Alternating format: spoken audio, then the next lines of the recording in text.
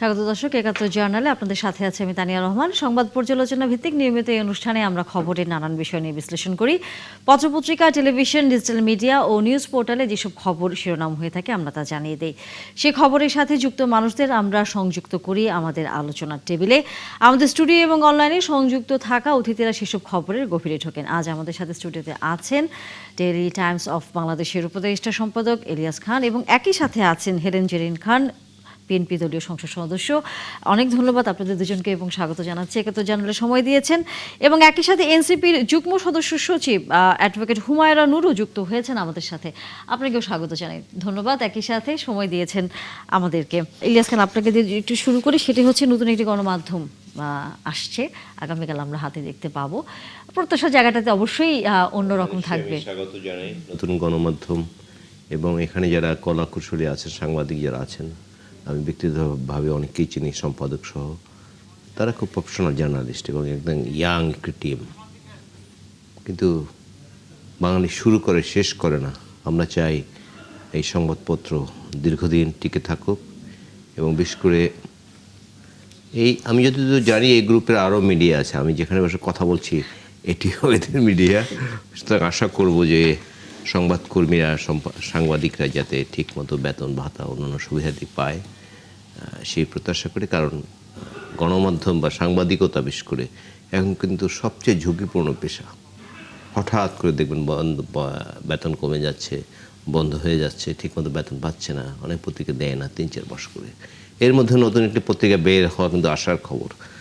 আমরা যতটুকু জানি এই গ্রুপটি তার সংবাদকর্মীদের বা সাংবাদিকদের সবসময় ভালো সুযোগ সুবিধা দিয়ে থাকে। এখানেও সেটা অব্যাহত থাকবে আমি প্রত্যাশা করি। এবং বস্তুনিষ্ঠ সাংবাদিকতা জানি হয়, মালিকের ইচ্ছায় বা কারো ইচ্ছায় তার গ্রুপের অন্যান্য প্রতিষ্ঠানের পারপাস সার্ভ করার জন্য মিডিয়া যেন ব্যবহার না হয়, সেই প্রত্যাশা করি। অবশ্যই। আমরা যদি হেলেন জেরিন খান আপনার কাছে একটু আসি, সেটি হচ্ছে নতুন গণমাধ্যমের কাছে আসলে প্রত্যাশা থাকে যে কী ধরনের সংবাদ প্রচারিত হবে এবং তথ্যের যে বিষয়টি আসলে থাকে। কারণ গণমাধ্যম এমন একটি শক্তি, অপতথ্য যেমন ছড়াতে পারে, সঠিক তথ্য ছড়াতে পারে। কারণ তার উপরে আসলে সাধারণ মানুষের নানা ধরনের চিন্তা ভাবনা, রাজনীতি, অর্থনীতি, সাংস্কৃতিক অনেক বিষয় নির্ভর করে। সেই জায়গায় নতুন একটি গণমাধ্যম যেমন আসছে, তার পাশাপাশি সরকারের পক্ষ থেকেও আমরা অতীতে যে ঘটনাগুলো দেখেছি যে গণমাধ্যমকে ব্যবহার করা, দলীয়করণ করা, সেই জায়গায় বর্তমান সরকার আসলে কতটুকু এই জায়গা থেকে নিজেকে একটু সরিয়ে রাখবে? আপনাকে ধন্যবাদ এবং সহ-আলোচক হিসেবে ইলিয়াস ভাই এসছেন এবং হুমায়রাও আছে, তো প্রত্যেকে অসংখ্য ধন্যবাদ। দেখেন, নতুন গণমাধ্যম এসছে, স্বাগত জানাই, অভিনন্দন জানাই এবং সাথে সাথে ইলিয়াস ভাইয়ের সাথে কণ্ঠস্বর মিলিয়ে একই কথা বলতে চাই যে এই যাত্রা যেন জনগণের জন্য হয়। জনগণের যেই সব জায়গায় অসঙ্গতি আছে সেই অসঙ্গতিগুলো যেন তুলে ধরা হয়। এটা যেন কোনো রকমের নিজস্ব পারপাস অথবা দলীয় পারপাস অথবা নিজস্ব স্বার্থ, আমরা দেখেছি অতীত দিনে গণমাধ্যমগুলো, কারণ গণমাধ্যম হচ্ছে জাতির আয়না। হ্যাঁ, এটার মধ্যে দিয়ে কিন্তু কোন জাতি কীরকম সেটা কিন্তু উঠে আসে। সেই জায়গায় তারা সব জায়গায় তারা পদচারণা করতে পারে, সব জায়গায় তারা ভূমিকা রাখতে পারে এবং তাদের লেখনের দ্বারা, তাদের মানে বস্তুনিষ্ঠ সংবাদ পরিবেশনের দ্বারা জাতি তো সবসময় সচেতন হয় এবং যেখানে সমস্যা হয় সেখানেই সেগুলো তুলে ধরা হয়। কিন্তু অতীত বেশ কিছু বছর আমরা দেখেছি যে গণমাধ্যমকে অনেকটা অন্যায়, অবিচার, দুর্নীতি, দুঃশাসন এগুলাকে প্রমোট করত, উৎসাহিত করত, কিংবা এই দুর্নীতিবাজদেরকে নানা রকমের গণমাধ্যমের বড় অংশ বলা, অবশ্যই পুরো গণমাধ্যম বললে সেটা অন্যায় হবে, কারণ গণমাধ্যমের বিরাট একটা অংশ আছে যারা সত্যিকার অর্থেই বিরাট ভূমিকা রেখেছে দীর্ঘ এই 53-54 বছর বয়সে, মানে বছর যাবৎ কাজেই সেটা তো আমরা অবশ্যই অ্যাপ্রিসিয়েট করি এবং তাদেরকে অবশ্যই ধন্যবাদ দেই। এবং তাদের ভূমিকার কারণে আমরা মনে করি যে এই জায়গায় সব ক্ষেত্রে যেমন বিরাট ভূমিকা রেখেছে, গণমাধ্যমও অনেক গুরুত্বপূর্ণ ভূমিকা রেখেছে। আমরা তো দেখেছি অতীত দিনে গণমাধ্যমের অসংখ্য যে সাংবাদিকরা আছে তারা ভীষণভাবে নির্যাতিত হয়েছে, নিপীড়িত হয়েছে, কিন্তু তাদের সত্য এবং বস্তুনিষ্ঠ লেখনে কিন্তু কখনো থামে নেই।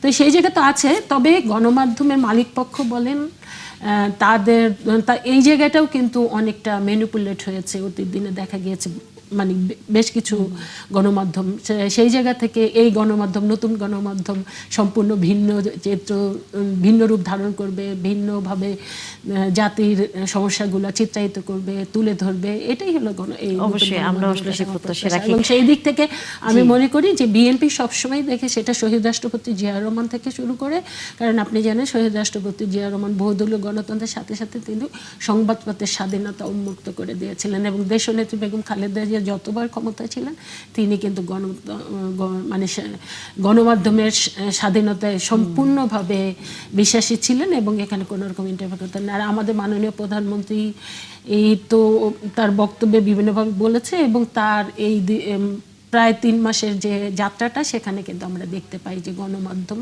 সম্পূর্ণ স্বাধীনভাবে ভূমিকা পালন করছে। অবশ্যই আমরাও আসলে চাই স্বাধীনভাবে গণমাধ্যম কাজ করবে এবং সেটি আসলে সামনের দিনগুলোতে আরও ভালোভাবে কাজ করতে পারবে বলে প্রত্যাশা রাখতে চাই। অ্যাডভোকেট হুমায়রা নূর, আপনার কাছ থেকে যদি আমরা জানি যে আগামীকাল আরেকটি পত্রিকা পাঠকদের হাতে পৌঁছাতে যাচ্ছে আগামীর সময়, সেটির কাছে আপনার প্রত্যাশা, আগামীর সময়ের কাছে আপনার প্রত্যাশার জায়গাটা যদি আমরা একটু শুনতে চাই ছোট করে। ধন্যবাদ আপনাকে, আমার সহলোচক মাতৃরা। সময় যেন আগামীর মানুষদের চিন্তা চেতনা এবং যেই স্বতন্ত্র নাগরিক অধিকারের যেই ধ্যান ধারণা সেটাকে ধারণ করে এবং একেবারে একেবারে ইন্ডিপেন্ডেন্টলি কাজ করে, মানুষের সাথে জবাবদিহিতামূলক একটা সম্পর্ক তৈরি করে, সেটা আশা থাকবে। কারণ এই যে হেলেনা আপা এখনই বললেন যে এই পর্যন্ত আমরা দেখেছি যে বস্তুনিষ্ঠ সাংবাদিকতার জায়গায় অনেক অভাব ছিল, বরং সরকার দ্বারা আদিষ্ট বা সরকারের পারপাস সার্ভ করতে গিয়ে সাংবাদিকতার যে মূল নীতি নৈতিকতা সেইটা অনেকখানি সকল গণমাধ্যমের কাছেই আসলে প্রত্যাশা থাকে যে বস্তুনিষ্ঠ সাংবাদিকতা বা জনগণের সাধারণ মানুষের আসলে কথা সেটি যেন আসলে উঠে আসে, সেটি পত্রিকা হোক আর টেলিভিশনই হোক না কেন। সেই চেষ্টায় আসলে সংবাদকর্মীরা সবসময় চেষ্টা করে থাকেন, তবে নানা সময় সরকারের বিভিন্ন ধরনের প্রভাব আসলে সেটি থেকে গণমাধ্যম কখনোই বিশেষ করে বড় একটি প্রবণতা হচ্ছে এখন যারা গণমাধ্যম যারা বের করছেন, ধরুন একটা বিশাল পুঁজির ব্যাপার, তারা ধরুন আর 10টা বিজনেস আছে, তার সঙ্গে একটা গণমাধ্যম, তিনি ব্যবসা করতে হলে সরকারের সঙ্গে ভালো সম্পর্ক রাখতে হয়। সরকারের সঙ্গে ভালো সম্পর্ক না রেখে কিন্তু ব্যবসা করতে পারবেন না। যখন দেখবেন যে পত্রিকা সরকারের বিরুদ্ধে কোনো রিপোর্ট যাচ্ছে, তখন কিন্তু তিনি বাধা দিবেন, কারণ যদি সরকারের বিরুদ্ধে রিপোর্ট যায় তাহলে কিন্তু তিনি ব্যবসায়িকভাবে ক্ষতিগ্রস্ত হবেন। সুতরাং এই ঝুঁকি মালিকপক্ষ নিতে চান না। এটি হচ্ছে একটা সাম্প্রতিক একটি বড় প্রবণতা। এবং আপনি দেখবেন যে সব বড় বড় গ্রুপের পত্রিকা, এই যে আগামীর সময় মেঘনা গ্রুপের পত্রিকা, আমরা আমাদের সাথে এর মধ্যে অতিথি হিসেবে পেয়েছি মোস্তফা মামুন। মামুনকে আমি অলরেডি কংগ্রাচুলেট করেছি। সময়ের অনেক ধন্যবাদ এবং স্বাগত। একই সাথে সময় দিয়েছেন মোস্তফা মামুন, আপনাকে তার জন্য কৃতজ্ঞতা এবং একই সাথে শুভকামনা আগামী সময়ের জন্য। আগামীকাল আগামী সময় সকল মানুষের হাতে পৌঁছে যাবে এবং নিশ্চয়ই তার দিকে নজর সবারই থাকবে। কি ভিন্নতা থাকবে অন্যান্য পত্রিকার থেকে আগামী সময়ের, যেটির কারণে সাধারণ মানুষ আগামী সময়কেই বেছে নেবে শেষ পর্যন্ত? হচ্ছে আর তো মাত্র কয়েক ঘন্টার অপেক্ষা, মানে ইনফ্যাক্ট রাত পরে আমরা দেখতে পাবো। তো তারপরে যদি আমাকে বলতে হয় দেখার পর, আসলে আমি যা বলবো সেটা দেখার পরের সঙ্গে মেলাতে গেলে মানে নানান জনের নানান দৃষ্টিভঙ্গি। তো আমরা যেটা করছি, প্রথমত আমরা খবরই করব, কিন্তু আমাদের মনে হচ্ছে যে এই খবরের মধ্যে মানুষ, আমাদের দেশের সংবাদ বা সবকিছুর মধ্যে মানুষের একটা অনুপস্থিত থাকে, কেন্দ্রে মানুষ থাকে না। মানুষের এখনই মানুষের দুঃখ শোক হয়তো কোথাও কোথাও যেন সেটা মিসিং। আমরা রাজনীতি নিয়ে, আমরা অর্থনীতি, আমরা সংবিধান, ইতিহাস, সেগুলো যেমন অনেক বেশি কনসার্ন থাকার ফলে মানুষের জীবনটা সামনে থাকে না। সেটা আমাদের একটা পয়েন্ট থাকবে।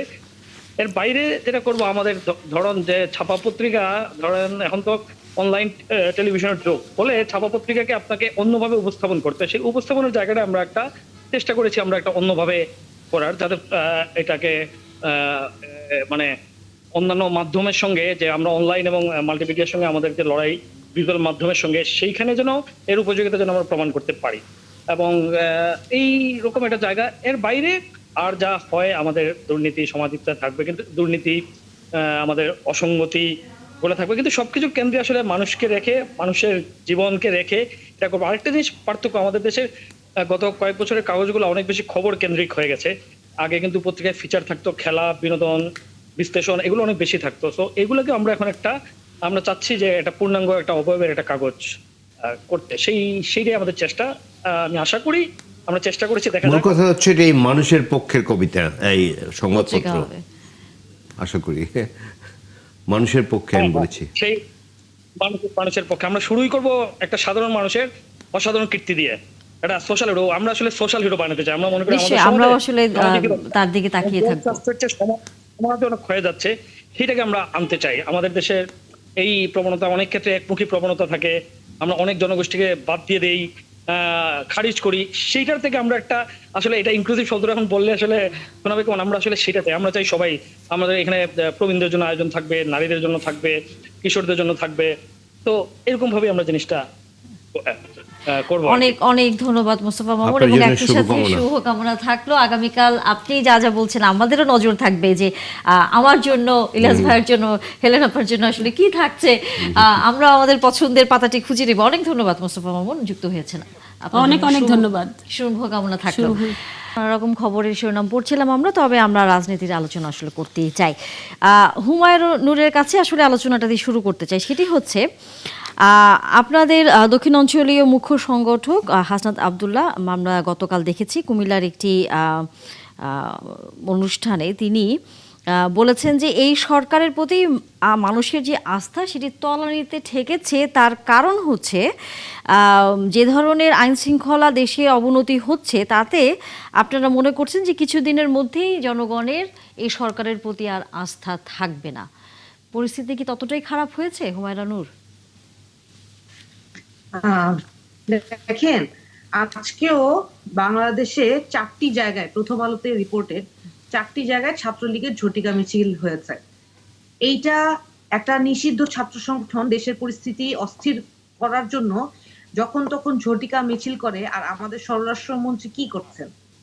উনারা প্রতিদিনই খবরে পাচ্ছি যে আওয়ামী লীগের 100 জন, 500 জন, 300 জন বিভিন্ন এলাকায় বিএনপিতে যোগদান করছে। অথচ উনাদের যদি তত্ত্বাবধানে বা উনাদের আশ্রয় প্রশ্রয় যদি আওয়ামী লীগের ঝটিকা মিছিল বের না হয়ে থাকে, তাহলে উনারা তো দেশের আইন শৃঙ্খলা পরিস্থিতি রক্ষা করার জন্য, সন্ত্রাসী কার্যক্রম বন্ধ করার জন্য কিছুই করছেন না। তাহলে কি স্বরাষ্ট্রমন্ত্রীর চুরি পরে বসে থাকা উচিত না? দুঃখিত এভাবে বলার জন্য।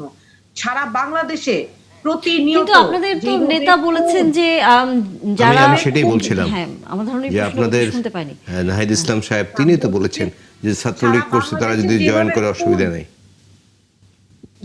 আমি বলছি, ওই উত্তরটা আমি দিচ্ছি। সারা বাংলাদেশে যেভাবে ধর্ষণ এবং খুনের ঘটনা ঘটছে এবং খুদ বিভিন্ন মাজার, মসজিদ, মন্দিরে হামলা হচ্ছে, এইটা ইন্টারিম গভর্নমেন্ট থাকতে তখন ইন্টারিম গভর্নমেন্টের উপর দোষ চাপান হতো। কিন্তু যেভাবে শুধু এপ্রিল মাসের দিকে যদি তাকাই, 22টা জায়গায় মবের ঘটনায়, মানে বিভিন্ন জায়গায় মবের ঘটনায় 22 জন নিহত হয়েছে। স্বরাষ্ট্রমন্ত্রী কি করছিলেন বলেন?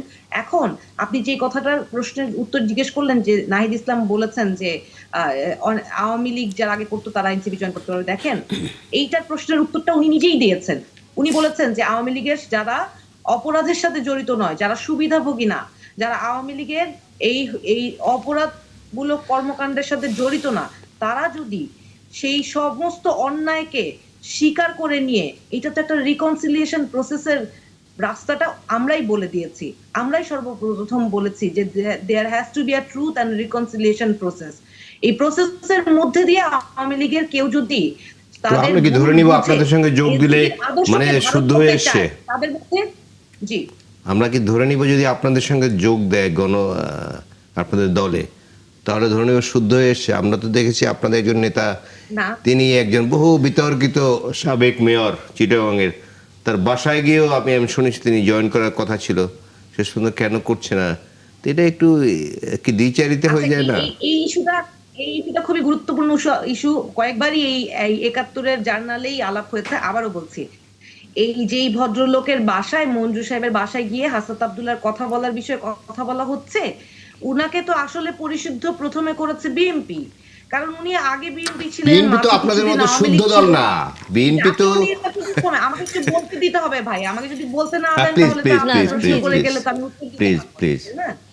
জাতীয় নির্বাচনের সময় মঞ্জু সাহেবকে তো বিএনপির সাথে দেখা গিয়েছে, উনি বিএনপির প্রচারণা করেছেন। এখন যদি উনি বিএনপির প্রচারণা করেন আর আমার দলের নেতা যদি উনার সাথে কার্টিসি মিটিং করে, সেটা যদি অন্যায় হয়ে থাকে, সেটা যদি আপনি যদি সেটাকে পরিশুদ্ধ করার কথা বলে থাকেন, তাহলে পরিশুদ্ধ তো বিএনপির হাত দিয়েই আওয়ামী লীগের হচ্ছে। কারণ সারা বাংলাদেশে এনসিপিতে আওয়ামী লীগের একেবারে চিহ্নিত অপরাধী কেউ জয়েন করেছে এরকম ঘটনা আসলে আমার নজরে নাই। আওয়ামী লীগে সারা বি- বাংলাদেশে আওয়ামী বিএনপি সমর্থক থেকে প্রত্যেকটা এরকম মানুষকে কেউ আমি জয়েন এই করেছে? আপনাদের প্রশ্ন হ্যাঁ। সবাইকে সমর্থন করেছে। বলছিলেন যে সেরকম আওয়ামী লীগের চিহ্নিত অনেকেই বিএনপির সাথে কি তারা যোগ দিচ্ছে? দেখুন, প্রথমত আমি বলবো হুমায়রাকে যেটা না, আমি বলতে চাই। হুমায়ুন, আপনার কাছে কি আচ্ছা। সেরকম কোনো নাম বা কোনো ধরনের তথ্য যদি থাকে তাহলে হয়তো আলোচনাটা আরো সহজ। বলুক, তারপর আমি একেবারে স্পেসিফিক্যালি নাম বলছি। জি, হুমায়রাকে আমি যেটা বলতে চাই সেটা হলো যে ওদের স্লোগান কি ছিল? নতুন বন্দোবস্ত। হ্যাঁ, পুরানো রাজনীতি ওরা করবে না, ওরা নতুন বন্দোবস্তের কথা বলেছে। কিন্তু সেই নতুন বন্দোবস্ত এখন পুরানো কি, এখন পুরানোর মধ্যে যেই নেগেটিভ দিকগুলা নিয়ে মানুষ মানে পুরানোকে একটু করতে চায়, আঘাত করতে চায় কিংবা ছোট করতে চায়, সেইগুলাই কিন্তু এখন ওরা নিয়ে নিচ্ছে। আর বিএনপির পক্ষ থেকে আমরা কিন্তু ডে ওয়ান থেকে যেটা বলেছি, যেমন আমি ব্যক্তিগতভাবে বলি, আমার যে এলাকা, আমার মাদারীপুরে, ওটা আপনি বলতে পারেন যে দীর্ঘ বছর যাবত আওয়ামী লীগই ওখানে ইলেকশন হলে তারা পেত। কিন্তু ওখানকার যারা ক্ষমতায় ছিল এই 17 বছর, তাদের মধ্যে ধরেন এমপি মন্ত্রী যারা ছিল তারা খুবই বিতর্কিত হয়ে গেছিল, জায়গা দখল করেছে, বাড়ি দখল করেছে, দুর্নীতি করেছে, সন্ত্রাসী কর্মকাণ্ড করেছে। কিন্তু ওখানে অসংখ্য সাধারণ আওয়ামী লীগের সমর্থক নেতা কর্মীও আছে, অসংখ্য, অসম্ভব ভালো মানুষ, মানুষের জন্য উপকার করেই করে। তা আমি আমার এলাকায় যখন আমি গিয়েছি, আমি একদম সেই প্রথম থেকেই কিন্তু আমি বলেছি, আমি ব্যক্তিগতভাবে বলেছি যে ওই সমস্ত লোকরা আমাদের কাছে কখনোই প্রশ্রয় পাবে না যারা দুর্নীতি করেছে, যারা চাঁদাবাজি করেছে, যারা সন্ত্রাসী কর্মকাণ্ড করেছে, যারা মানুষকে খুন করেছে, গুম করেছে, তারা কেউ মাপ পাবে না। কিন্তু যারা ভদ্র, যারা শান্ত, যারা পরোপকারী, যারা মানুষের কোনো ক্ষতি করে নাই, তারা সবাই আমার কাছে আসতে পারবে। দরকার হলে আমি প্রয়োজন বোধে আমার দলের ছায়াতলে নেওয়ার জন্য আমার দলের হাইকমান্ডে আমি রিকোয়েস্ট করব, এরকম কথা কিন্তু বলেছি। তা এখন কিন্তু আমাদের ওরকমই, কারণ ধরেন আওয়ামী লীগের যারা ভালো মানুষ তাদেরকে কি আমরা দেশ থেকে তাড়িয়ে দেব? তাদেরকে কি আমরা জেলে নিয়ে যাব? সেটা কি হতে পারে? সেটা কি কেউ করবে, মানে সমর্থন করবে? সেটা তো অবশ্যই করবে না। সেই জায়গায় আমরা প্রথম থেকেই বলছি। কিন্তু এই যে এনসিপি বলেন, বিশেষ করে এনসিপি, তারা তো আওয়ামী লীগের কথা শুনলে কিংবা এই শুনলে তাদের গা জ্বালা ধরতো। কিন্তু এখন দেখছি এটা আবার ধরেন বিএনপির একজন পুরান ঢাকার আমাদের একজন যুব দলের বহিষ্কৃত নেতাকে তারা করলো, মানে তাদের দলে নিল। তখন তারা কিন্তু যখন আমাদের দলে ছিল তারা তাকে চাঁদাবাজ বলে চিহ্নিত করলো, কারণ ওখানে একটা ঘটনা ঘটেছিল, একটা ছেলেকে ওপেন রাস্তার মধ্যে যে ইট ছুঁড়ে ছুঁড়ে মারছিল। তো তখন কিন্তু ওই নেতাকে ওরা বলছিল যে ও হলো খুনি, ওর নেতৃত্বেই চাঁদাবাজি করতে গিয়ে একে হত্যা করা হয়েছে। এখন দেখেন সেই নেতাকে কিন্তু তারা ফুলের মালা দিয়ে এবং বড় বড় কথা বলে তারা কিন্তু বলছে। তাহলে এই তরুণ প্রজন্মের কাছে কি পাবে? তরুণ প্রজন্মের কাছে তো মানুষের অনেক প্রত্যাশা ছিল। আর যেটা হুমায়রানুর বলছে 3 মাসের একটা সরকার, 3 মাসও হয় নাই, সেই সরকারকে ওরা এমন ভাষায় কথা বলছে যে 5 বছরের একটা অতিবাহিত করা সরকারের কে সামনে রেখে ওরা কথা বলছে। 3 মাসের একটা সরকার। প্রথমত যেটা, এই সরকারটি আসার সাথে সাথেই আপনি যেটা মব কালচার যেটা ছিল একদম যে নিশ্চিহ্ন হয়ে গিয়েছে এটা আমি বলবো না, কিন্তু মব কালচার যেটা ছিল, ধরেন মেয়েরা বাইরে বের হতে ভয় পেত, বিশেষ করে যারা একটু মাথায় কাপড় দিবে না, যারা একটু স্টাইলিশ, তারা প্রত্যেক আতঙ্কিত ছিল, ঘর থেকে বের হতে ভয় পেত, সন্ধ্যার পরে মেয়েরা মানে ঘরের বাইরে থাকতে ভয় পেত। এখন কিন্তু আপনি একটা সর্বমহলে একটা পরিবেশ ফিরে এসছে, সবাই কিন্তু এনজয় করছে। আপনি দেখেছেন বিরোধী দল তো বলছে যে ওরা বললে তো হবে না, এইটাই তো স্বাভাবিক। এখন কিন্তু কারো মধ্যে ওই ধরনের আতঙ্ক বিরাজ করছে না যে বিশেষ করে মেয়েদের মধ্যে। আরেকটা ব্যাপার হলো যে মব কালচার। আপনি দেখেছেন মাত্র 16 মাসের মধ্যে আমরা দেখেছি প্রায় 200-র মতো মাজার কিন্তু ভাঙা হয়েছে। হ্যাঁ, আপনি বলতে পারেন এখনো দুই এক জায়গায় হচ্ছে, যেমন মিরপুরে কিন্তু হচ্ছে। লোকজন একই। হ্যাঁ, ভাঙে তারা একই। এবং মিরপুরে দেখেছেন, সেখানে কিন্তু ভিডিও ফুটেজ দেখে আজকে দেখলাম যে জামাত ইসলামের 3 জনকে কিন্তু গ্রেফতার করা হয়েছে। তা এই যারা ভাঙে তারা কিন্তু ওই দলেরই ওই রকমই। এবং এনসিপির কাছ থেকে মানুষের প্রত্যাশা ছিল, কিন্তু এনসিপির আপনি দেখেন এই যে হাসনাত আব্দুল্লাহ যে বড় কথা বললো, হাসনাত আব্দুল্লাহ সময় টিভিতে গিয়ে কি করেছিল? হাসনাত আব্দুল্লাহ হাইকোর্টে সুপ্রিম কোর্টে গিয়ে কি করেছিল? তার নেতৃত্বে প্রচুর মব সৃষ্টি হয়েছে তো বিভিন্ন জায়গায়। তো এখন হাসনাত আব্দুল্লাহ কাছ থেকে তো বড় বড় কথা এই জাতি শুনবে না। সেই জায়গায় আমি বলবো যে নতুন বন্দোবস্ত কথা বলে আপনারা পুরানো নিচ্ছেন, তার চেয়ে তো ভয়ঙ্কর বিষয় নিচ্ছেন। নতুন প্রজন্মের কাছ থেকে মানুষ কিন্তু মব কালচার থেকে অনেক দূরে, কিন্তু তারা আরো বেশি ভয়ঙ্কর রূপ ধারণ করেছিল। গাজীপুরে কি হয়েছিল? গাজীপুরে এক নেতার, আওয়ামী লীগের নেতার বাসায় গিয়ে করতে গিয়ে পরে তো দেখা গিয়েছে যে এনসিপির নেতারাই মানে আটকা পড়ে গিয়েছিল। তো এরকম কিন্তু বিভিন্ন জায়গায়, সমাজে প্রত্যেকটা জায়গায়, ঢাকা ইউনিভার্সিটির ওখানে এক মেয়ের অন্যান্য বিভিন্ন জায়গায় তাহলে কি এনসিপি নেতাকর্মীরা মব তৈরি করছে বলে মনে করছেন? প্রচুর মব তৈরি না, এখন তো অনেকটা, যেটা ওদেরই একজন নেতা বলছিল, সাজ্জিদ বলছিল যে ইউনূস সরকার চলে গেছে, এখন তো বুঝতে পারবা কি যে চলে গিয়েছে। যখন তখন আমরা সচিবালয় যে ঢুকে পড়তাম, যখন তখন মন্ত্রীদের যা ইচ্ছা তাই বললে বাধ্য করতাম। এখন তো এখন তো ওরা সেটা করতে পারবে না। একটা গণতান্ত্রিক সরকার আসলে, এবং যেই সরকারের জনসমর্থন আছে, যেই সরকারের একটা বিরাট রাজনৈতিক ফোর্স আছে, এখন চাইলেই তো ওরা যা খুশি তাই করতে পারে না। আর ওরাও তো অনেক ছোট হয়ে আসছে, ওদের পৃথিবী কিন্তু অনেক ছোট হয়ে আসছে। কারণ ওদের পৃথিবী যদি ছোট হয়ে না আসতো, নেপালে আমরা দেখি যে এই তরুণরাই কিন্তু সরকার গঠন করেছে, আর ওদের মাত্র 6টা সিট নিতে হলো, সেটাও কিন্তু জামাত ইসলামের কাঁধে ভর করে। তো ওদের পৃথিবী অনেক ছোট হয়ে আসছে। জি, হুমায়রা নূর। আচ্ছা, আপা দেখলাম এক একটা ঘটনার সাথে আরেকটা ঘটনা এমন ভাবে মিলাচ্ছে, মনে হয় আম গাছের সাথে কাঁঠাল গাছের কলপ দিলাম।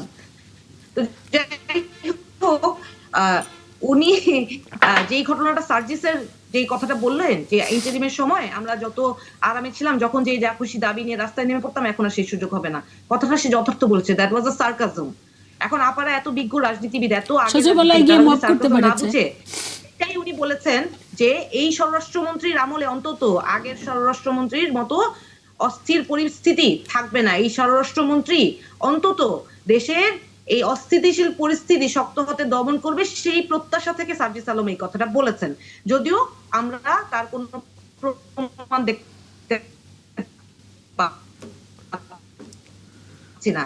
আপা ঢালাও ভাবে বলে গেলেন যে কোনো জায়গায় প্রমাণিত হয়েছে যে এনসিপির কেউ আছে। কিন্তু ওই যে আমরা যখন মিরপুরে শাহ আলীর মাজারে গেলাম গতকাল, তখনও দেখলাম যে শাহ আলী মাজারে যারা আছে তাদেরকেও বোঝানো হয়েছে যে মব করেছে এনসিপি, অথচ আমরা কিন্তু বরং তাদের ত্রাণকর্তা হিসেবে সেখানে হাজির হলাম। এবং আমরা যখন থানায় গিয়ে প্রশ্ন করলাম যে আজকে 3 দিন হয়ে গিয়েছে বৃহস্পতিবার, মানুষ ট্রোল করেছে যে এরা মবের বিরুদ্ধে বলে, দিতে হবে দয়া করে, আমাকে শেষ করতে দিতে হবে দয়া করে। তারপরে আমরা যখন প্রশ্ন করলাম যে 3 দিন হয়ে যাওয়ার পরেও আজ পর্যন্ত কেন মামলা দায়ের হইল না, তখন তড়িঘড়ি করে সেই দিন রাতেই, প্রথম আলোর রিপোর্টে আছে, আপনি দেখতে পারেন দয়া করে, যে সেই দিন রাতেই মামলা দায়ের করে 3 জনকে গ্রেফতার করা হলো। এখন আমি তো বলছি না যে অপরাধী যদি আমার ভাইও হয় তাকে আপনি ছেড়ে দেন।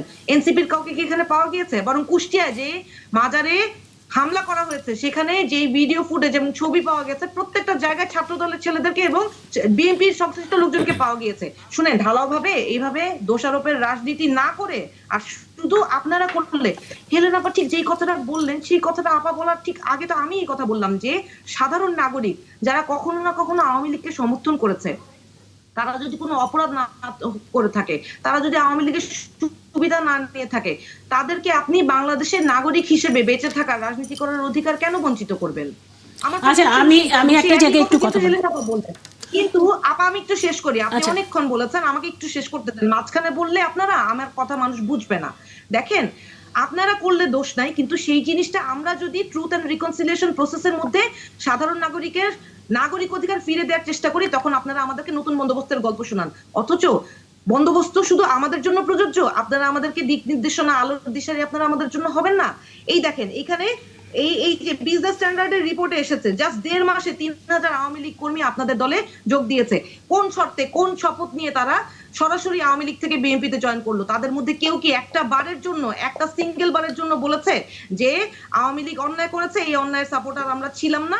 এবং এটা কোনো মিডিয়া এই পর্যন্ত রিপোর্টের হয় না। প্রত্যেকটা মিডিয়া রিপোর্ট করেছে যে অমুক জায়গায় 100 জন, অমুক জায়গায় 500 জন, অমুক জায়গায় 3000 জন বিএনপিতে জয়েন করলো। আমি তো একটা বার কোন আওয়ামী লীগের পদধারী কোন নেতা যারা বিএনপিতে জয়েন করেছে তাদের কাউকে বলতে শুনলাম না যে আওয়ামী লীগ অন্যায় করেছে। আমি আপা আমার কাছে নাম জানতে চেয়েছিলেন একটু আগে, এই যে দেখেন এই ফরিদপুরে ভাঙ্গা উপজেলায় আওয়ামী লীগের সাধারণ সম্পাদক শহীদুল হক মিরু মুন্সি বিএনপিতে জয়েন করেছেন।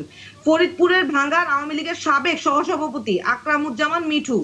তারপরে হচ্ছে শরীয়তপুরের ডামুঙ্গা উপজেলার আওয়ামী লীগের সাংগঠনিক সম্পাদক জানে আলম খোকন মাতবর। তারপর হচ্ছে ফরিদপুরের সালতা উপজেলার আফসার উদ্দিন মাতব্বর, উনি আওয়ামী লীগের ইউনিয়নের সভাপতি, ইউপি চেয়ারম্যান ছিলেন। তারপর চাঁদপুরের রাজেশ্বর ইউনিয়নে আওয়ামী লীগের সাধারণ সম্পাদক খলিলুর রহমান ব্যাপারী। আমি এরকম 100টা নাম বলতে পারবো। আমাকে আপনি ওই যে 2 মিনিট শুধু সময় নিয়েছে আপা কথা বলার মাঝখানে, গুগল করলেই পাওয়া যায়। দেখেন এই সমাজে আপনারা যদি মনে করেন আওয়ামী লীগের পুনর্বাসন করে, আওয়ামী লীগকে দিয়ে আমাদের উপরে অত্যাচার জুলুম করে আপনারা নিজেদের ক্ষমতা টিকিয়ে রাখবেন, আপনারা আমাদেরকে দমন করতে গিয়ে খাল কেটে কুমির আনছেন। এই কথাটা শুধু মনে রাখেন।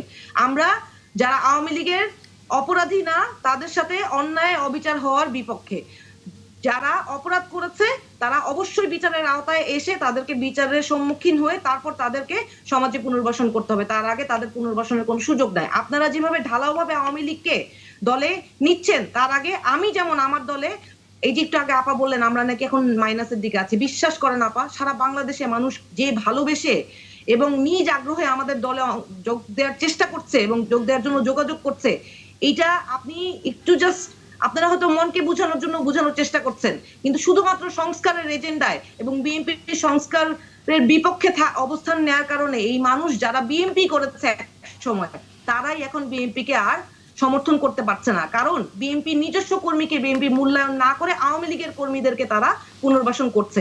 ওই যে ভিডিওতে দেখা যায় যে আমি যে এত বছর জেল খাটলাম, থানায় থানায় মামলায় হাজিরা দিলাম, আমার মামলার পয়সাটা অন্তত দিয়ে দাও এই আওয়ামী লীগের লোকগুলোকে পুনর্বাসন করার আগে। দেখবেন আপা আপনাদের কর্মীদেরই কষ্টের কথা আমরা অনলাইনে দেখি, আমাদের কাছে তারা আসেন।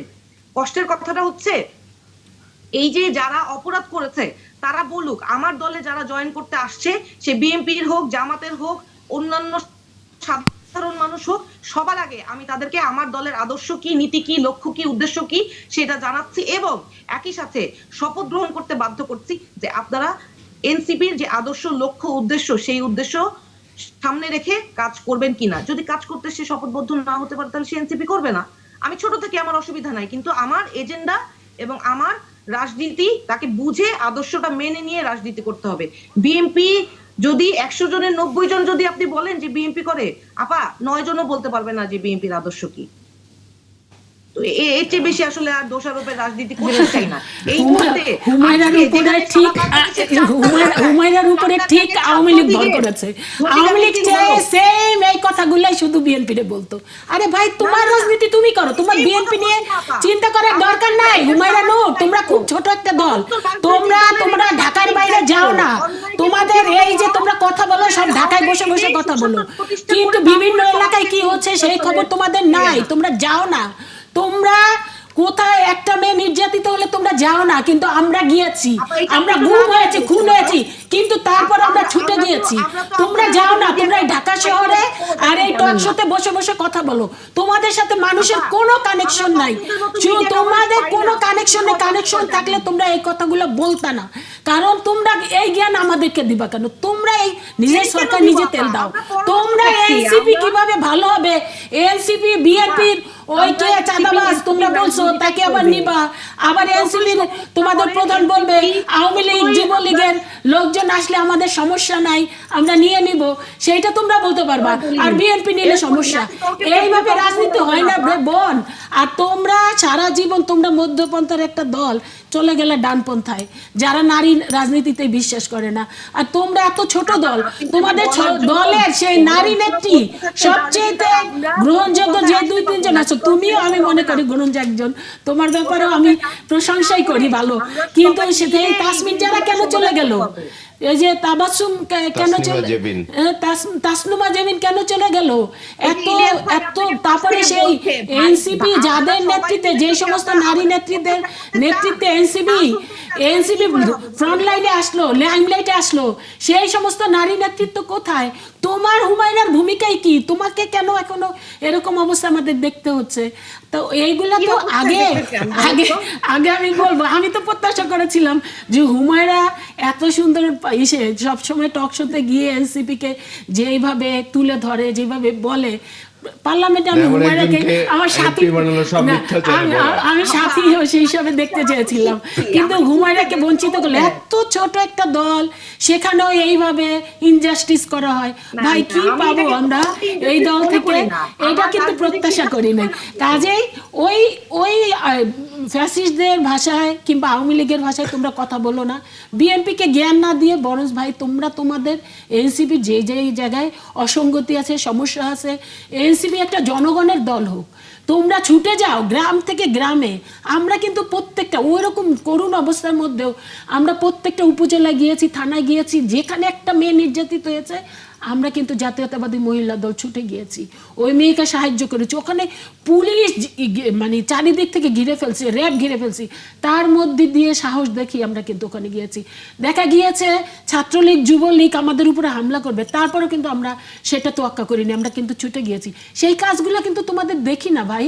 তোমরা এটা করো, তোমরা সরকারি দলকে চাপে রাখো, যৌক্তিক চাপে রাখো, এটাই তো আমরা চাই। কারণ কি আরেকটা বিষয় বল, যে আমাদের স্বরাষ্ট্রমন্ত্রী ধরো এই যে মিরপুরে তোমরা প্রেশার করছো, তারপরে আমরা তো সেই পূর্বের আওয়ামী লীগ যে কাজগুলো করছে আমরা তো না, কোনো ঘটনা ঘটলেই আমরা বলে দেবো এনসিপি করেছে, কোনো ঘটনা ঘটলেই আমরা বলবো জামাত ইসলাম করছে। এটা তো করবো না। আমরা কোনো কথাই বলবো না যতক্ষণ পর্যন্ত একদম সত্য তথ্য আমাদের হাতে না আসবে। কারণ আমরা এই দোষারোপের রাজনীতি তো আমরা করছি না বোন, তোমরা রাজনীতি ওই দোষারোপের রাজনীতিটা করছো। আমরা তো দোষারোপের রাজনীতি কেন করব? আমাদের মাননীয় প্রধানমন্ত্রী বলেছেন আমি সবার প্রধানমন্ত্রী, যারা ভোট দিয়েছে, যারা ভোট দেয় নাই, যারা ঘরে বসে থেকেছে, তাদেরও আমি প্রধানমন্ত্রী।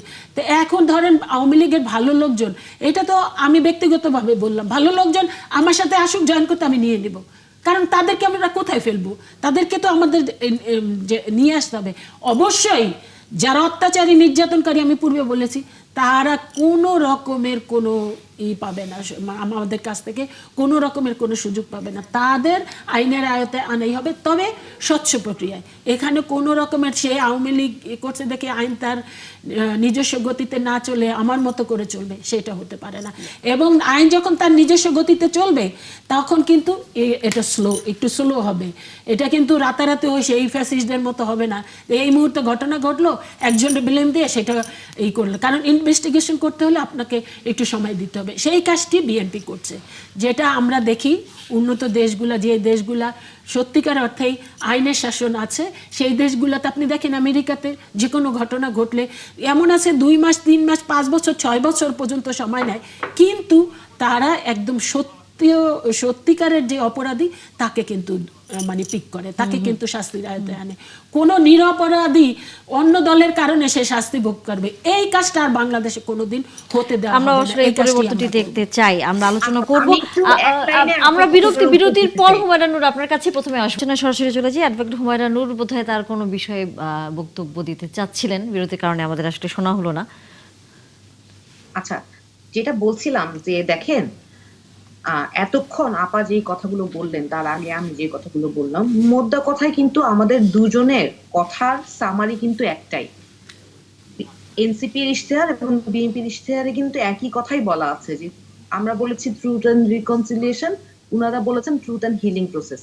আওয়ামী লীগের যারা নিরপরাধী তাদেরকে সমাজে যাতে তারা নাগরিক অধিকার নিয়ে বাঁচতে পারে সেইটার ব্যবস্থা করা। কিন্তু আমি যেটা আপাকে বলেছি, বা আপারা যেভাবে আমাদেরকে ঢালাও ভাবে নানান ভাবে ফ্রেমিং করতে চান, কখনো ভালো বলে বা খারাপ বলে, বা আমরা যখন ওনাদেরকে কোনো কথা বলি সেটাকে ওনারা মনে করেন ধমক, বা সেটাকে ওনারা মনে করেন সমালোচনা, এটার কোনো কিছুই কিন্তু আসলে আমাদের উদ্দেশ্য না। আমাদের উদ্দেশ্য হচ্ছে যে আমরা সকলে মিলে এই সরকারের 300টা আসনে যতজন মানুষ ভোট দিয়ে যতজনকে নির্বাচিত করেছে সবাই মিলে বাংলাদেশের মানুষকে সার্ভ করি, এবং যে পতিত শক্তি বাংলাদেশকে এই অস্থিতিশীল পরিস্থিতিতে নিয়ে এসেছে তাদেরকে প্রতিহত করার জন্য আমাদের সকলকে ঐক্যবদ্ধভাবে কাজ করার কোনো বিকল্প নাই। আপারা একটা জায়গায় সমালোচনা কেন, আমাকে যখন সমালোচনা করেন আমি তো সেই সমালোচনাটা যে কনস্ট্রাকটিভ ক্রিটিসিজম হিসেবে সেটাকে নেওয়ার চেষ্টা করি। আমার যে জায়গায় উন্নয়ন করে সামনে এগিয়ে যাওয়ার সুযোগ আছে সেটা আমাকে নিতেই হবে এবং আমি সেটা নিয়েই আগাবো। কিন্তু যদি আমাকে ভুল বুঝে বারবার শুধুমাত্র প্রতিহত করার চেষ্টা করে আমাদেরকে বাধাগ্রস্ত করা হয়, তাহলে আমি মনে করি সাধারণ মানুষ বরং আমাদের প্রতি আরো বেশি আগ্রহী হবে, এবং তাই হচ্ছে। আপনাদের কাছে, বিএনপির কাছে একটাই অনুরোধ, এই যে বাংলাদেশে এই পরিস্থিতিতে পতিত শক্তি যারা আবার মাথা চাড়া দিয়ে উঠছে তাদের বিরুদ্ধে আমাদের ঐক্যবদ্ধ হওয়ার আমি আহ্বান করে গেলাম। কিন্তু এবং একই সেখানে সাথে বারবারই কিন্তু আমরা দেখতে পাই যে আস্থাহীনতার একটা, বিশ্বাসের একটা অভাব। ইলিয়াস খান, আপনার কাছে যদি এবং এটা আসতে চাই, বিভক্তির সৃষ্টি হয়েছে। আপনি হ্যাঁ, দেখুন, এটি কেন? কারণ সরকার তো মাত্র 3 মাস সময় পার করেছে। সরকার হুমায়ুন চমৎকার করে বলেছেন, বাট আমার কষ্ট লাগে কি, পার্লামেন্ট এবার কিন্তু খুব ভাইব্রেন্ট, সরকারি দল বিরোধী দল সবাই কিন্তু কথা বলতে পারছে। না, আমরা দেখলাম 1 মাস না হওয়ার মধ্যে আমি একটা কাল্পনিক অভিযোগ দিয়ে যে এই সরকার সংস্কার চায় না, আমি পার্লামেন্ট থেকে রাস্তায় চলে গেলাম বাইতুল মুকাররমের উত্তর গেটে।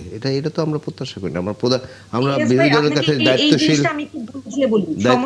দায়িত্বশীল ভূমিকা, আমি শেষ করি হুমায়রা, দায়িত্বশীল ভূমিকা প্রত্যাশা করি। আপনি তো আপনার অনেক গণতান্ত্রিক দেশে আমরা জানি যে পার্লামেন্টে মারামারি পর্যন্ত হয়, এমপি সাহেবরা করেন। আপনার পার্লামেন্টে যা করার করেন, আপনার রাস্তা এর মধ্যে আপনি 1 মাস হয় নাই রাস্তাঘাটে চলে গেলেন, আপনি ভিতরে আন্দোলন করবেন, বাইরে আন্দোলন করবেন। আবার কালকে ওনাদের এক নেতা বলেছেন যে সরকারের কি জনপ্রিয়তা জিরোতে গেছে, ওনাদের জনপ্রিয়তা এগুলো করে খুব বাড়ছে। সুতরাং হুমায়ুনের সাথে আমিও একমত। শেখ হাসিনার পিয়ন 15.5 বছর 400 কোটি টাকা কামাই করেছিল বলে শেখ হাসিনা নিজে বলেছেন। আর হুমায়ুনের একজন নেতার এপিএস ছিলেন যিনি একসময় উপদেষ্টা ছিলেন, তার বিরুদ্ধেও 3 মাস বা 3.5 মাসে 100 কোটি টাকা দুর্নীতির অভিযোগ উঠছে। আমরা এগুলো শুনতে চাই না, আসলে আমরা নতুন বাংলাদেশ চাই। ওনারা নতুন বন্দোবস্ত বলেছে, যদি নতুন বন্দোবস্তগুলো এখন কি বলে এটি একটি নেগেটিভ শব্দে পরিণত হয়েছে, সেই প্রসঙ্গে আমি যেতে চাই না। আমরা সবসময় হতাশ হয়েছি। যেমন 71 মহান মুক্তিযুদ্ধের পর আমাদের অনেক প্রত্যাশা ছিল, গণতন্ত্র, গণমাধ্যমের অধিকার, গণতন্ত্র হত্যা করে বাকশাল করা হলো, গণমাধ্যম সব বন্ধ করে দেয়া হলো। তারপর ধরুন 90-এর গণ আন্দোলনের পরে আপাও ছিলেন, আন্দোলন করেছে, আমরাও ছিলাম। আমাদের অনেক প্রত্যাশা ছিল, আমাদের সেই প্রত্যাশা কিন্তু পূরণ হয়নি। এবারে আমাদের একটু ভালো প্রত্যাশা, যদিও এবারে অনেকে বলেন সবসময় আন্দোলন করে ছাত্ররা টেবিলে ফিরে গেছে, কিন্তু এবারে ওনারা কিন্তু সচিবালয়মুখী হয়েছেন, টেবিলে কিন্তু ফিরে যাননি। পড়াশোনাটার যেমন একটা আন্দোলন হয়েছিল, নিশ্চয়ই আপনাদের সবার মনে আছে, যে পরীক্ষা ছাড়াই পাশ করতে চায়। যাই হোক, আন্দোলনের পরে অনেক কিছু হয়, তো সেটাই তো আমরা প্রত্যাশা করি হুমায়ুনারা পজিটিভ পলিটিক্স করবে। এত দ্রুত রাস্তাঘাট অচল করে দেওয়ার দরকার নেই, আরেকটু ওয়েট করতে হবে মনে হয়। তখন 1 মাস হয়নি কিন্তু। হ্যাঁ, সুতরাং আমরা চাই একটা নতুন বাংলাদেশ, যাতে আমরা তো বলি খুব দায় এড়ানোর জন্য যে শিশু গণতন্ত্র, 54 বছর কিন্তু শিশুরা, বহুদিন হচ্ছে ভাই, বহুদিন আমরা লড়াই করেছি, মারামারি করেছি, কাটাকাটি করেছি, দেশ কিন্তু আর পিছিয়েছে। এই যে ভিয়েতনাম আমাদের পরে স্বাধীন হয়েছে 19 বছর যুদ্ধ করে, ভিয়েতনাম আজকে পৃথিবীর দৃষ্টান্ত হিসেবে আবির্ভূত হয়েছে। আর আমাদের দৃষ্টান্ত কি, চোর আছে, এই টাকা পাচারকারী আছে, ঋণ খেলাপি আছে, কত কিছু আছে। ভালো কোনো দৃষ্টান্ত কিন্তু আপনি খুঁজে খুব বেশি পাবেন না। সুতরাং আমরা চাই দেশের একটি পরিবর্তন, এবং আমরা এবারে হতাশ হতে চাই না। আমরা চাই একটি সুন্দর বাংলাদেশ, একটি নতুন বাংলাদেশ এবং গণতন্ত্র।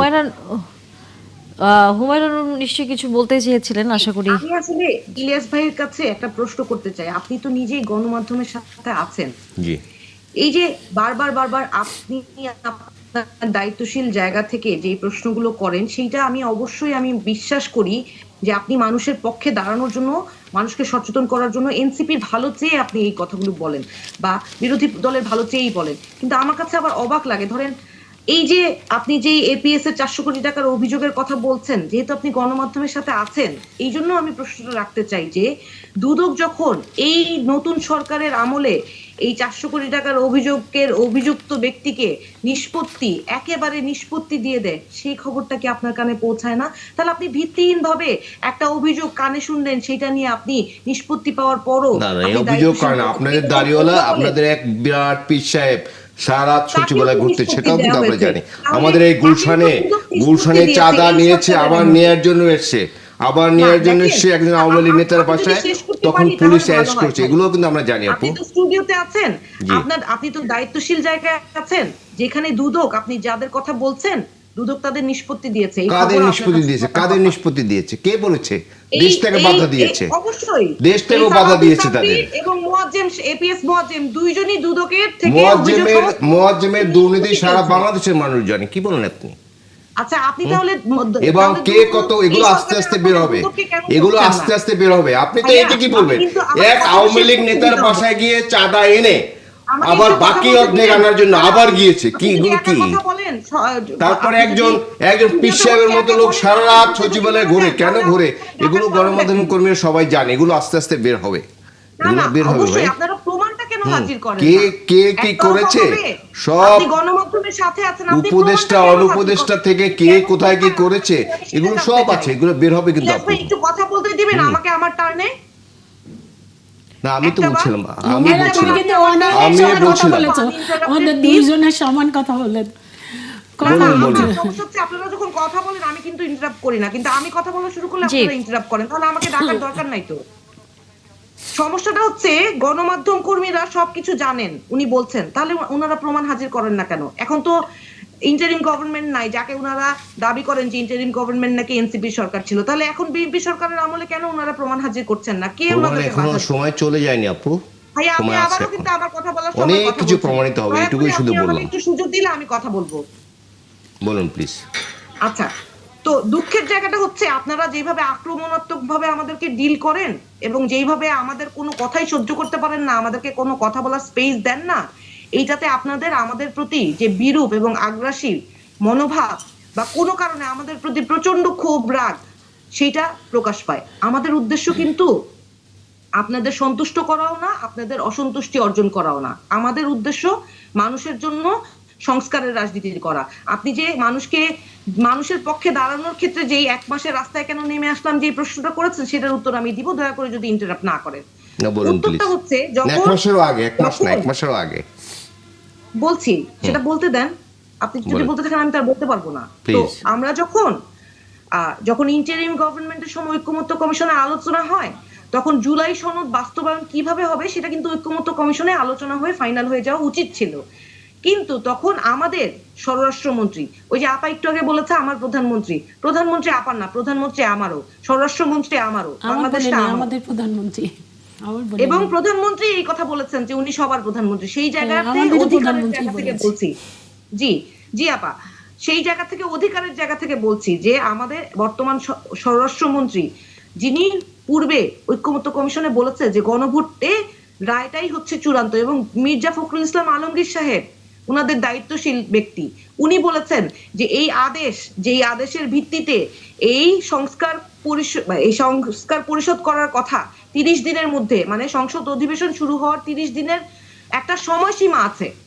এই সময়সীমার মধ্যে যেই ওই সংস্কার পরিষদ হওয়ার কথা, সেইটা যেই আদেশে আছে, আদেশটা দেওয়ার ক্ষমতা ইন্টারিম গভর্নমেন্টের নেই, রাষ্ট্রপতিরই আছে, এবং সেইটা ওনার বক্তব্য গণমাধ্যমেই আছে। গণমাধ্যম কর্মীরাই সেটা বের করে আরো ভালো করে সেই বিবৃতিটা বলতে পারবেন।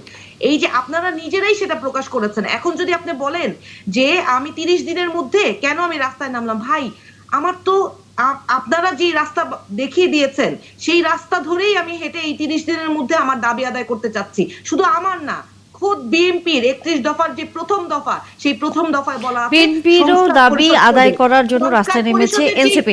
আমাদের আসলে আলোচনা শেষ করতে হবে, কারণ সময়সীমা অনেক কম। এনজিরিন খান, আপনাদের দাবি বিএনপি আসলে হয়েছে কি, ওরা দীর্ঘ বছর যাবত আওয়ামী লীগের সাথে তো ছিল, ওরা হয়তো জানি না সুপ্ত ছিল কিনা, গুপ্তই তো ম্যাক্সিমাম থেকেছে। তো তো ওরা আওয়ামী লীগের সাথে থেকেছিল, এখন আওয়ামী লীগের ভাষায় কথা বলে, আওয়ামী লীগের মতোই চিন্তা করে। দেখেন আমাদের মাননীয় প্রধানমন্ত্রী শপথ গ্রহণ করবার আগেই কি করেছে, তিনি বিরোধী দলের নেতার বাসায় গিয়েছেন, তারপরে এনসিপির নেতার বাসায় গিয়েছেন, আরও অন্যান্য এসে, তো কত উদারতা। তারপরে দেখেন জাতীয় একটা সমস্যা, জাতীয় নয়, এটা বৈশ্বিক সমস্যা, যখন বিরোধী পক্ষ থেকে আমন্ত্রণ জানানো হলো, আহ্বান জানানো হলো যে এই সমস্যাটার সমাধান আমরা জাতীয় মানে সব দলগুলো মিলে করতে চাই, মাননীয় প্রধানমন্ত্রীর সাথে সাথে অ্যাকসেপ্ট করলেন এবং তিনি পার্লামেন্টে কমিটি গঠন করে দিলেন।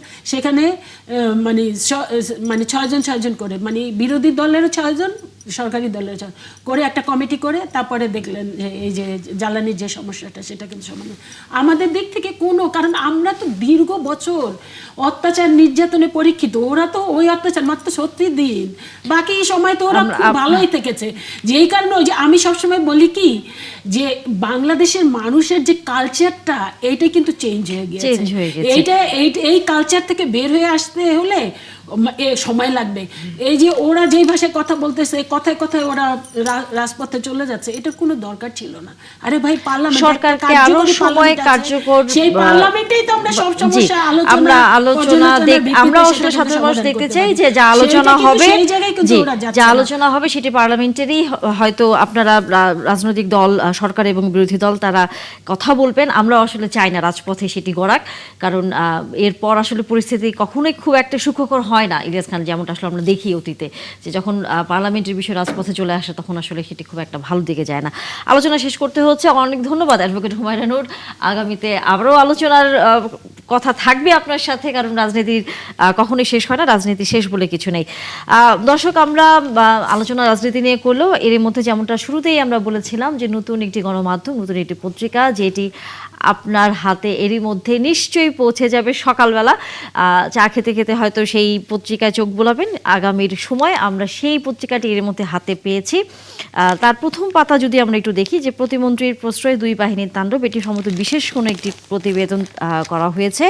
এবং একই সাথে তারেক রহমানের মানবিক সরকার প্রধানের ছায়া, এটি কিন্তু একটি বিশাল বড় গুণ আমরা আসলে দেখেছি যে বাংলাদেশের মতো একটি দেশে, এটা আমাদের কাছে আসলে স্বপ্ন ছিল যে অন্যান্য উন্নত দেশগুলোর রাষ্ট্রপ্রধানদের আমরা দেখতাম যে সাধারণ মানুষের সাথে কথা বলা, কাছে ডেকে নিয়ে তাদের সাথে তাদের ভালো মন্দ জিজ্ঞেস করা। সিকিউরিটি নিয়ে আমি একটু উদ্বিগ্ন। আমি সেদিন কারণ বাজার আসছিলাম, অফিসে আসছিলাম ইউনিভার্সিটি থেকে, দেখলাম যে আমার 4-5টা গাড়ি আগে ওনার গাড়ি এবং আশেপাশে সব গাড়ি, কোনো ওইরকম কোনো সিকিউরিটি নেই। এবং আপনি নিশ্চয়ই দেখেছেন ওই দিন যে উনি ঢাকা ইউনিভার্সিটিতে একটি ছিলেন।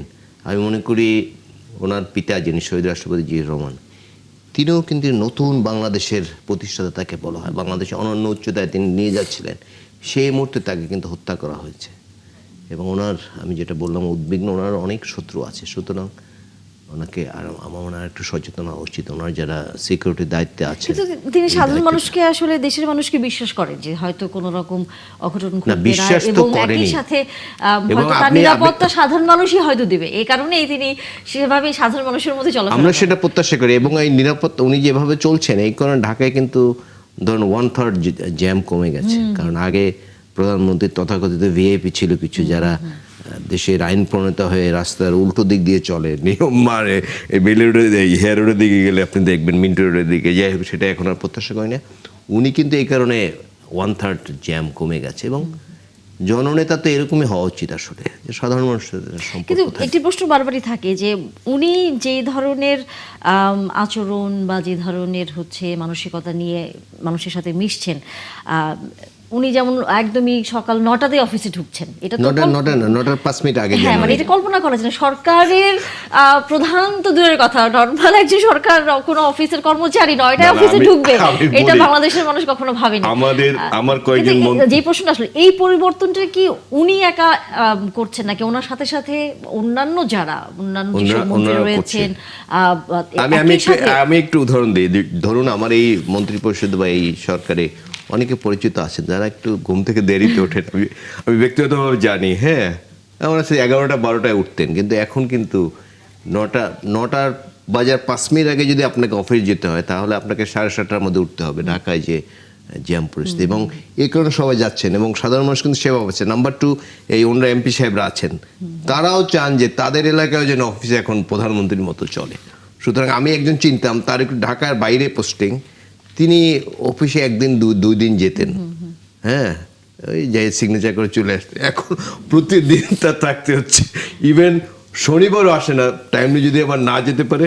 হ্যাঁ, তো এটা তো একটা বিরাট পরিবর্তন। অবশ্যই অবশ্যই। হ্যাঁ। না, এখানে আমি একটু বলতে চাই, এটা তো ঠিক যে আমাদের মাননীয় প্রধানমন্ত্রী যা করছেন ওটা কিন্তু একদম তৃণমূল পর্যায় পর্যন্ত গিয়ে ওটা কিন্তু পড়ছে, মানে ওটার প্রভাব পড়ছে। সবাই কিন্তু এখন খুবই অ্যালার্ট, আর হয় কি ফলো করে, তো জাতি কিন্তু ফলো করে প্রধানমন্ত্রী কি করেন না করেন, সেটা কিন্তু সবাই ফলো করেন। আর শহীদ রাষ্ট্রপতি জিয়াউর রহমান তো যেহেতু তার সন্তান, ওরকমই হবে।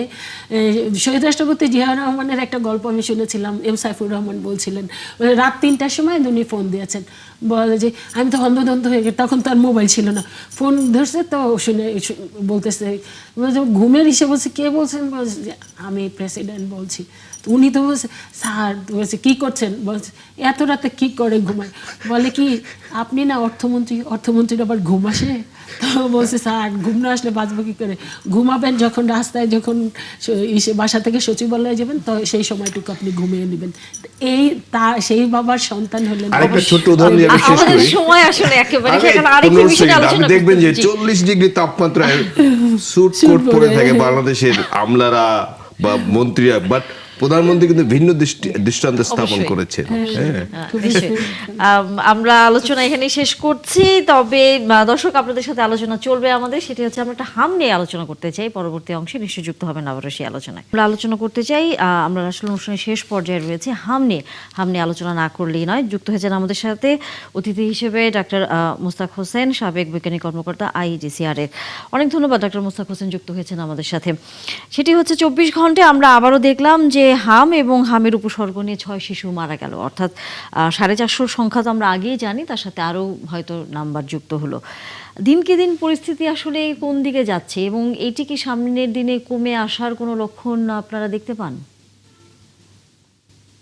দেখুন, যে ধারায় আমরা চিকিৎসা করছি সেই ধারায় চললে কিন্তু আমাদেরকে অন্তত পক্ষে আরো 1 মাস এ ধরনের একটা দুঃখজনক ঘটনা দেখতে হতে পারে। এটা তো হতে পারে না।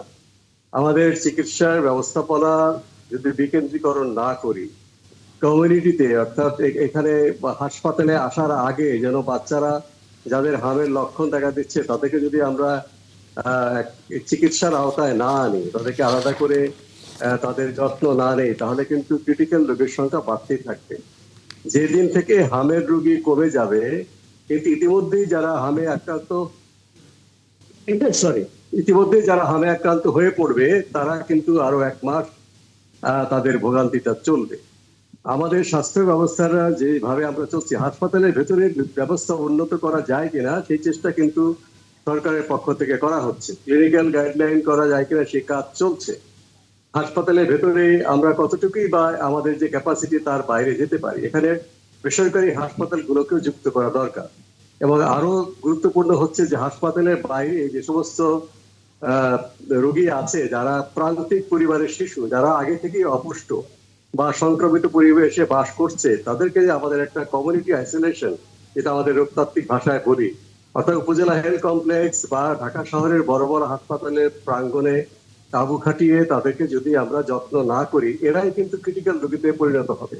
আমরা যদি বলি যে হাসপাতালে জায়গা নেই, আপনারা ক্রিটিক্যাল হলে তারপরে আসবেন, এর চেয়ে নিষ্ঠুর কথা হতে পারে না। ক্রিটিক্যাল হতে আমরা দেবো কেন? যে সমস্ত প্রান্তিক পরিবারের শিশু, তাদেরকে ভিটামিন A খাওয়ানো দরকার, পুষ্টিকর খাবার খাওয়ানো দরকার। স্বাস্থ্য বিভাগ হয়তো সেটা পারবে না, কিন্তু স্থানীয় সরকার মন্ত্রণালয়, মা ও শিশু মন্ত্রণালয়, বিভিন্ন রকম NGO, দাতব্য সংস্থা, তাদেরকে এই বিষয়ে আমাদেরকে আহ্বান করতে হবে। তারা নিশ্চয়ই কাজটা করবে, তারা করোনা মহামারীর সময় করেছে। কাজে ক্রিটিক্যাল রোগীর সংখ্যা আমাদের কমিয়ে আনতে হবে। ক্রিটিক্যাল রোগীর সংখ্যা কমিয়ে না আনলে, এভাবে ক্রিটিক্যাল রোগীর সংখ্যা বাড়তে এটা কিন্তু এটা গ্রহণযোগ্য একেবারেই না। যে আমাদের চোখের সামনে বাচ্চারা খাবি খেতে খেতে অক্সিজেনের অভাবে মারা যাবে, আমরা তাদেরকে হাই ফ্লো অক্সিজেন দিতে পারবো না, আমরা তাদেরকে ভেন্টিলেশন দিতে পারবো না, অথচ আমাদের দেশে ডাক্তার আছে, হাসপাতাল আছে, ভেন্টিলেশন আছে। এগুলোকে সুসম্মিলিত ভাবে যদি আমরা অর্গানাইজ না করি, আমরা চোখের সামনে এভাবে ক্রিটিক্যাল রোগীর সংখ্যা দিন দিন বাড়বে, আমরা সেটা কমিয়ে আনতে পারবো না। আমরা প্রাথমিক, মাধ্যমিক এবং তৃতীয় পর্যায়ের স্বাস্থ্যসেবাকে ভাগ করে এই কাজগুলো করতে পারবো না, এতটা অক্ষম কিন্তু আমরা নই। দরকার সরকারের সুনির্দিষ্ট সিদ্ধান্ত এবং প্রয়োজনীয় সহযোগিতা করা। সিদ্ধান্ত মানে আপনাকে এখানে সম্পদ যোগাতে হবে, এখানে ব্যবস্থাপনায় পরিবর্তন আনতে হবে, সেটি সরকারের সিদ্ধান্ত ছাড়া একজন হাসপাতালের ডাক্তারের পক্ষে এর বাইরে যাওয়া সম্ভব না। আমার মনে হয় যে এই প্রস্তাবগুলো আমরা অনেকবার দিয়েছি, লিগ্যাল গাইডলাইনে এগুলো আমরা কথা বলার চেষ্টা করছি। এটা যদি আমরা মেনে চলি তাহলে 1 সপ্তাহের মধ্যে কিন্তু এই মৃত্যুর মিছিলটা আমরা আরো কমিয়ে আনতে পারবো। কমিয়ে আনা সম্ভব হবে। ধন্যবাদ ডক্টর মুস্তাক হোসেন। আমাদের আসলে আলোচনা করবার সময় একেবারেই শেষ। তবে আপনি যে পরামর্শগুলো দিচ্ছেন বা আপনার দৃষ্টিতে যে এই বিষয়গুলো আসলে পদক্ষেপ নিলে পরে হয়তো সামনের দিনগুলোতে হামে আক্রান্ত শিশুদের সংখ্যাটি কমে আসবে, আমরা আশা করি সেটি নিশ্চয়ই সরকারের নজরে আসবে। ধন্যবাদ আপনাকে, এবং একই সাথে ধন্যবাদ ইলিয়াস খান। আপনার সাথেও আসলে আজকে আলোচনা শেষ করতে হচ্ছে। হেলেন জিরিন খান, আপনার সাথেও হয়তো আলোচনা শেষ হচ্ছে। আমরা তবে সামনের দিনগুলোতে আবারও রাজনীতির নানা বিষয় নিয়ে আলোচনা করব আপনাদের সাথে। দর্শক, এই ছিল আজকের একাত্তর জার্নালের সাথে ছিলেন, তার জন্য ধন্যবাদ। দেখা হবে আবার।